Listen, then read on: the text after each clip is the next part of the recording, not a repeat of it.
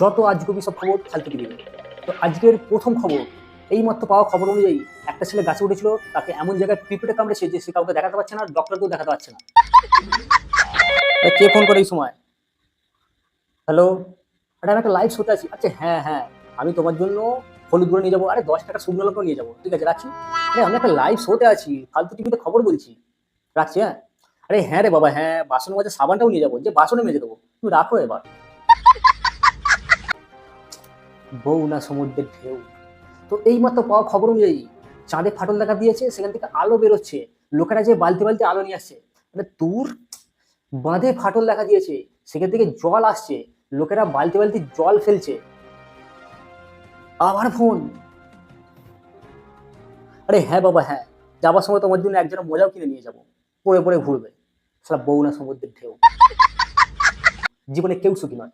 ফালতু টিভিতে আজকের খবর শেষ।